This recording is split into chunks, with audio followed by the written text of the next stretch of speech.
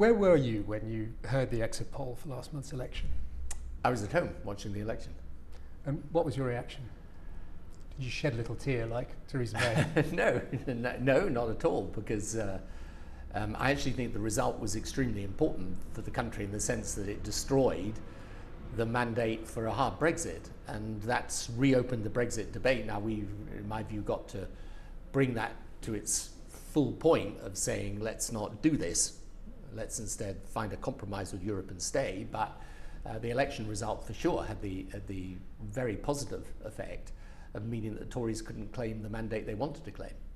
But just take me back to that moment. How surprised were you? What was your immediate reaction? You know, I was surprised. Though obviously I'd been seen certain indicators in those last days, and I have been closely in touch with MPs who were fighting in the front line. And you know, one of the things that I've said to people is, you know, I'm very happy to be not just generous with what Jeremy Corbyn has achieved, but accept that the achievement was really significant. I mean, he generated a lot of enthusiasm amongst young voters. I thought he showed really excellent temperament during the course of the campaign, and I pay tribute to all of that. It's just that I have two very, very basic qualifications, which are pretty fundamental. Number one, I think this election was fought in very special circumstances, and I'm not sure the coalition that gave him that support will hold, especially if it appears that actually the Labour Party's position on Brexit is not much different from the Tories. And secondly, I haven't changed my view about the policy platform. It isn't a policy platform for the future. It's basically one of the past. But you've written in this essay over the weekend that you didn't foresee the result. You said, I think, more or less all the elections since '79 ended the way you expected them to, not this one. What was it about this one that, why do you think you missed Jeremy's appeal? Why did so many of the rest of us miss Jeremy's appeal?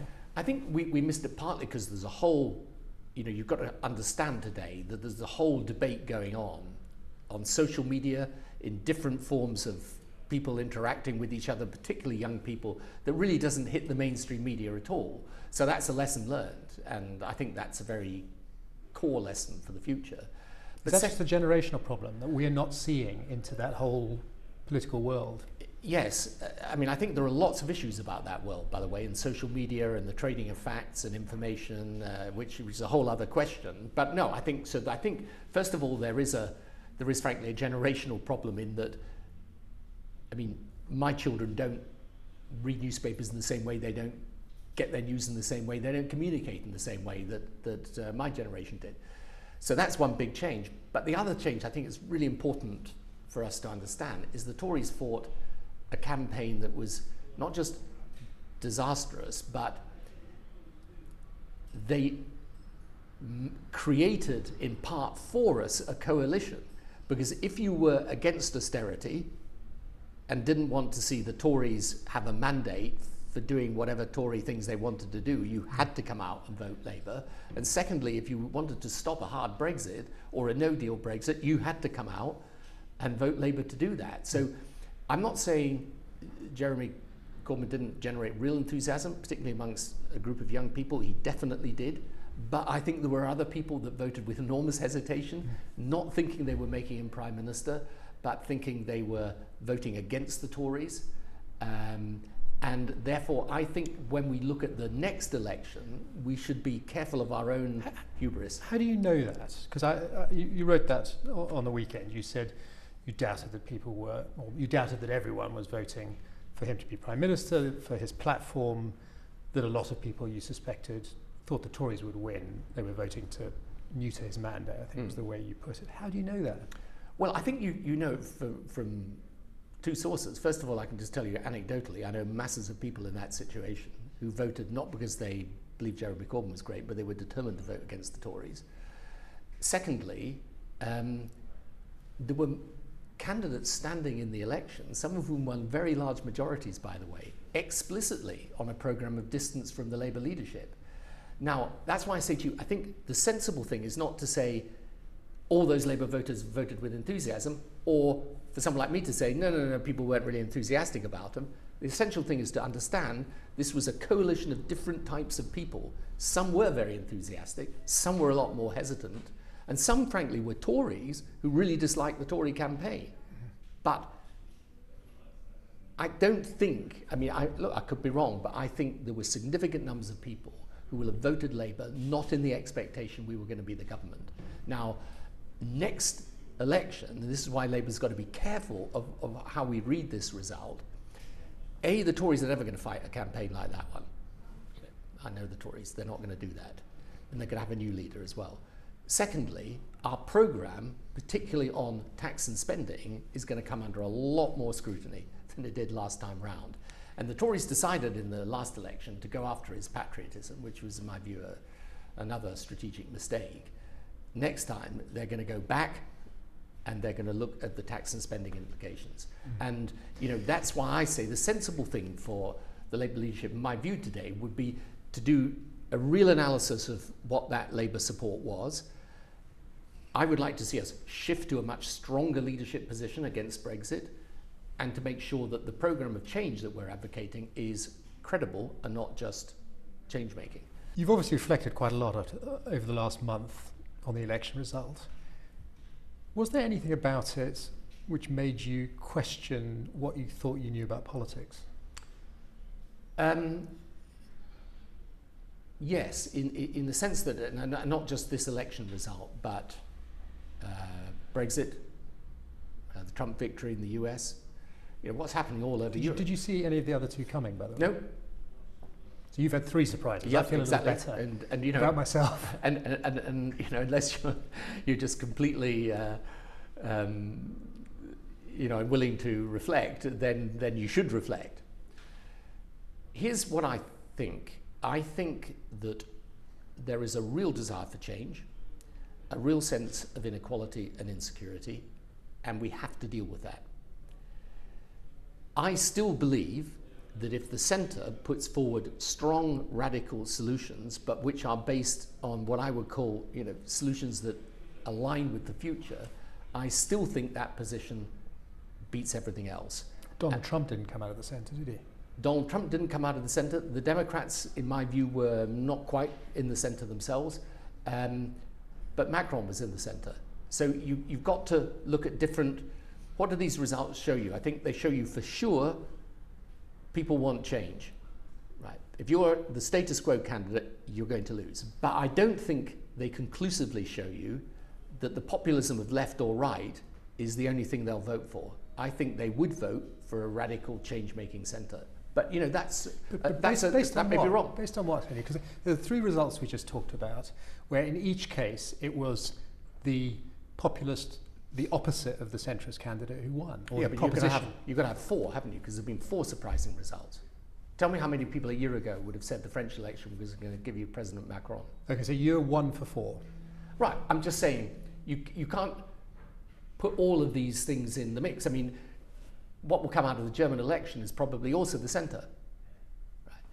The poll that my institute's just done in France, Germany and the UK shows very strong support for the centre still, but it wasn't an offer in our election. And by the way, you know, it's a non-trivial point. Neither party actually won a majority. In the end, neither party was able to close the deal with the people. So although Jeremy Corbyn got a bigger share of the vote than you did in your last election, roughly the same as your second election, more than Cameron in his first election. Yeah, but you know, if you take it on that basis, and obviously if you're Theresa May, you want to, you know, she was a more successful politician than Margaret Thatcher. But so he closed a 20-point poll lead. No, and I don't take that away from him. You know, I said to you right at the very beginning, and I say all the way through, I agree, he did exceptionally well, and you've got to give him credit for that. It doesn't mean that the policies are correct, and it doesn't mean that the way that vote happened is necessarily replicable in the way I think that some of his people believe that it is. I think there's a lot of different elements that came together, and I think if we were sensible now, look, in any event, it's what I believe. You know, I mean, ultimately, the thing about politics is you know, and this is what's obviously changed. For most of my political life, I've been saying, I think this is the right way to go, and what's more, it's the only way to win an election. I have to qualify that now. I have to say, no, I think it's possible you end up with Jeremy Corbyn as Prime Minister. So you accept that he could possibly win on the platform I think he's you on? can't rule anything out in today's politics. But it doesn't stop me believing that if we deliver Brexit and at the same time are delivering the programme that he has at the moment, unreconstructed, unchanged, we will be in for a very, very difficult time as a country. Now, if people want to vote for it, because they voted for Brexit, and I didn't agree with that, so if people want to vote for it, they can vote for it. But, you know, when it comes to what you believe in, I think at the moment this country is essentially being offered two competing views of the 1960s, and there's no articulation of an agenda that really understands the future and the massive change, particularly through technology, artificial intelligence, automation, big data that's coming down the pipeline at us, and we are nowhere in dealing with this. So the interesting thing, I think, is that you differentiate between what it takes to get to power and whether policies will work once you get to power. And where you have moved, it seems, is that you've always said, at least as far as I can remember, the only way to victory is through the centre. And you don't think that anymore? Well, what I say is this: I still believe the surest route is through the centre. But not the only way. But I think you can't say in today's politics, particularly if you've gone through three things: the election of Donald Trump, Brexit, Jeremy Corbyn doing so well, and if you're in my position, you haven't got those things right, you've got to accept it's possible that that programme wins. I'm still doubtful about it. I'll be honest with you, I'm doubtful about it, because I do think that our vote was made up of many different component elements. But even if we win, you know, you've got to ask some really searching questions about the credibility of the programme. And I mean, I would even ask questions about whether it's a truly progressive programme, because what I'm seeing in the world today are challenges that we're not really addressing as a Labour Party, never mind the Tories. Someone said to me that the experience of living through the last 3 or 4 elections, referendums, was a bit like believing the world was governed by Newtonian physics and then discovering there's this whole other world of quantum theory. There's a whole other parallel set of laws that apply. Is that a reasonable analogy? Does that echo with you, chime with you? If I had a better understanding of physics, it probably would. It sounds, if what that means is that we're dealing with a new dimension and phenomenon in politics, we for sure are. Social media, by the way, I think is a massive part of that. The fragmentation and polarization of conventional media is a massive part of it. But so is a profound sense that globalization is creating losers culturally and economically, and the governing elements of our society aren't responding to that. And that's why I say it's absolutely essential, if you want to win in modern politics, you've got to offer people a way forward that is change. It's just that in my view it's going to be a change that is answering the call of the future and not looking back to the past. But essentially your prescription is the same as it always was. It's change through the centre. Some people would look at you and say, you've accepted that you didn't see a few things coming.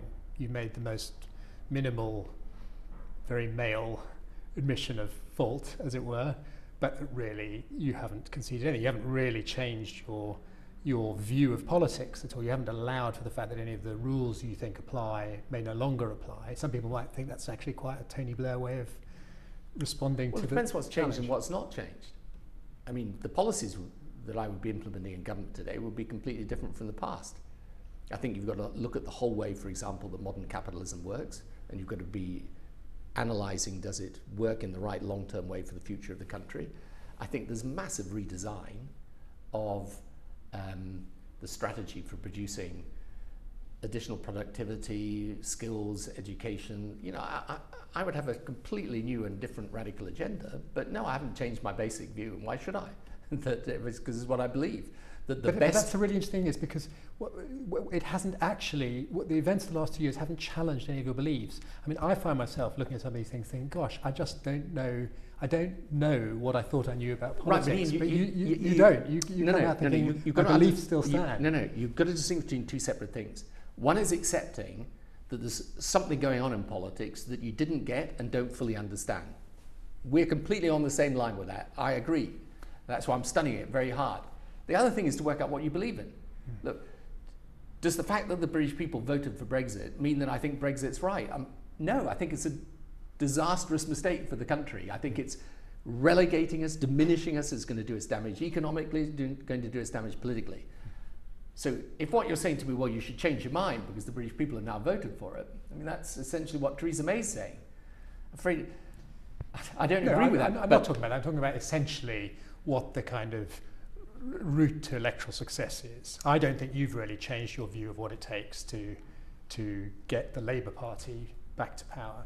I personally think it's a surer route to power to fight it from the centre, but I'm being open with you in saying that I accept now what, if you'd asked me a year ago, I would have dismissed as impossible.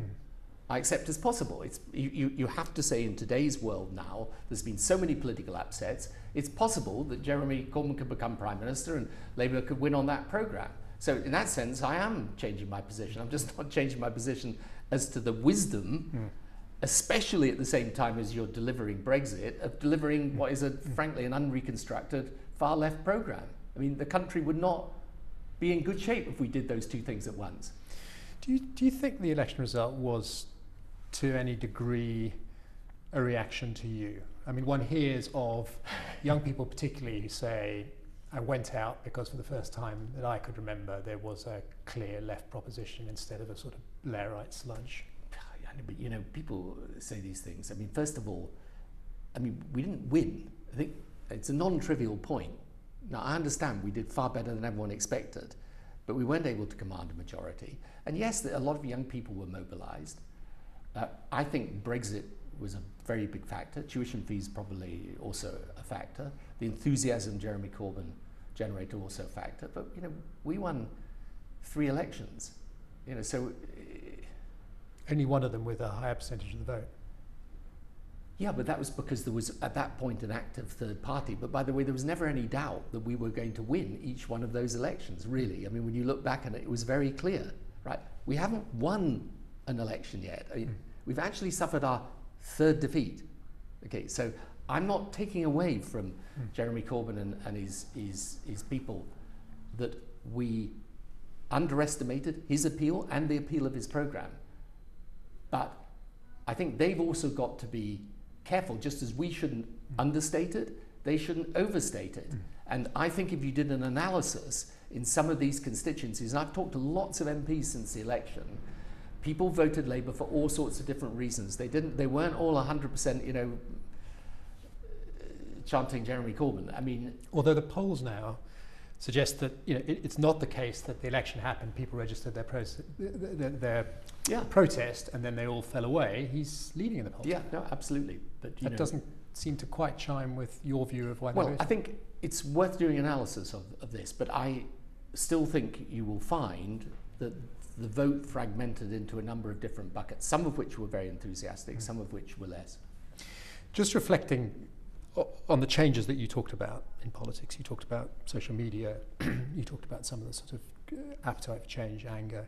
Do you think there's been an actual sort of structural forever change that we haven't quite yet got our heads around? Or do you think it's a period of sort of freakish weather and we'll come through the other side and the normal rules will apply again?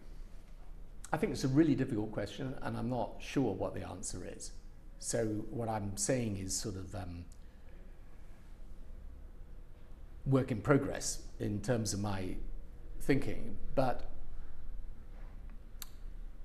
I think 2 things are very different and 1 thing is the same. The 2 things that are very different are, first of all, I think social media, its interaction with a polarized, fragmented, divisive, partisan, conventional media is creating a very, very divided politics in which populism of left and right can gain a foothold very easily. That's one change. Secondly, I think post the financial crisis, there is a real feeling by people that globalization just is this force that rolls on and that many people feel powerless and left behind. And that has got to be addressed. So those 2 things have changed. What, in my view, has not changed is that the only things that will actually work, I mean, whether people vote for them or not, by the way, is another matter. Okay, but the only things that will actually work is a modern policy agenda that will be from a centre ground position. That is all that's going to win for the country. I'm not saying you can't have an election that ends up with a populism victory of right or left, but it's not necessarily what's right for the country. But if you identify that first thing you talked about, which I think is absolutely right, that social media plays to the populists, it both polarizes and it allows them to mobilize. But it's a change that's not going away, right? It's happened. So isn't the logical, what follows from that logically is that actually the populists, the edges of the political spectrum, are in the ascendancy. There's no reason to think the moderate centre is going to come back, because that's a structural change that favours the ends of the spectrum. There's certainly a structural media change, social and conventional media. I think it's an open question. I mean, I don't think you can say that the public is now going to vote for populism of the left and right and it isn't interested in the centre anymore. I mean, you have the Macron victory in France, which is important, but you also have, as our poll shows, the one we've done for our institute. In France, Germany and the UK, we polled all three countries. There's still a large majority of people who identify with the centre or with centre-left or centre-right. You know, I think it's very important about the British election that there wasn't a clear winner in the end.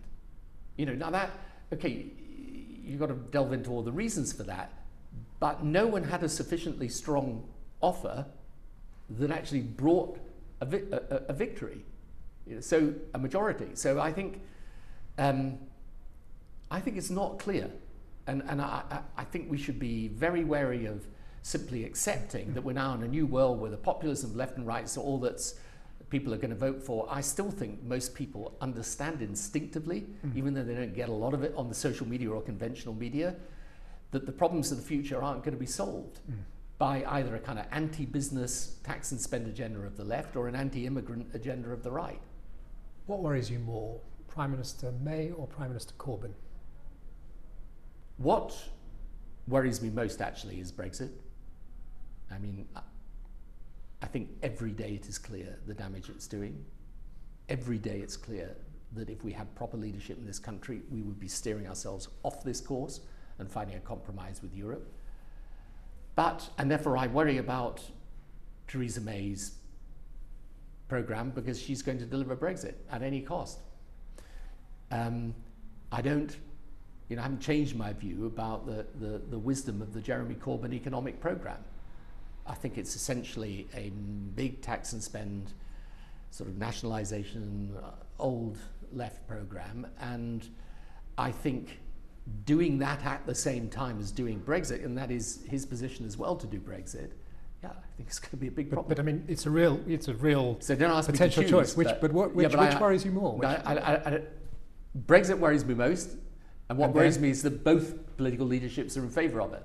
So I don't want to get into a sort of, you know, quantitative assessment of which is more damaging. Brexit is damaging. A hard left economic programme is not good for the country. It's not going to allow us to succeed as a country. And I think both are massive distractions from a proper policy agenda that would start with the huge change that's happening in the world, and I need to respond to it as a country. And you know, we're not responding to it. We're literally, as other countries in the fast lane of progress, we're in the hard shoulder of nostalgia. I mean, it's not a sensible thing for the country. Do you ever worry at all, perhaps when you look at some of these election results, where each time the British public is told something, they do the opposite? Do you ever wonder whether actually we might be in this sort of cycle where it's a bit like parents telling their kids to do something and they do the opposite, where you saying all this stuff is actually going to have the opposite effect? Yeah, I mean, what worries me sometimes about, you know, is there any point in speaking? Both because of my own position and because of all the you know, because of this, you know, very harsh view of people who've been politicians in power. But I think if you really think your country is heading in the wrong direction, you've got a responsibility to say so. And as I keep saying to people, you know, if I was being elbowed out of the way in the stampede to say these things, then I probably wouldn't speak. But I mean, look, I could be completely wrong about this, and I'm perfectly happy to accept I may be. But I honestly do think the political choice in this country at the moment is grim for the country. I think Brexit is a terrible, terrible thing for the country to do to itself. It's the most extraordinary act of self-harm any modern developed country has done. And yet we appear to have a consensus that we've just got to do it because of the referendum, when in my view it's perfectly possible with the right leadership that the will of the country evolves as it sees the damage of Brexit and as it sees the possibility of an alternative, which we could have. We could reach a deal with Europe that has compromise on both sides. So yes, of course I worry that people just, you know, if I'm speaking, someone like me speaking, people just dismiss it, but what do you do? You may be driving those last few votes into the Corbyn column, so he gets over the line. Maybe so, but I mean, it just depends how strongly you feel. And I feel very strongly that this country is a great country, but it's playing with its own future in a really, really dangerous way. And, you know, if the country wants to go down that path, that's fine. But those of us who disagree in a very profound way with going down that path, I mean, I think we've got a responsibility at least to say it. And if people want to ignore it, that's their choice. But, you know, it's a free country and I'm free to speak and people are free to listen. Tony Blair, thank you. Thank you.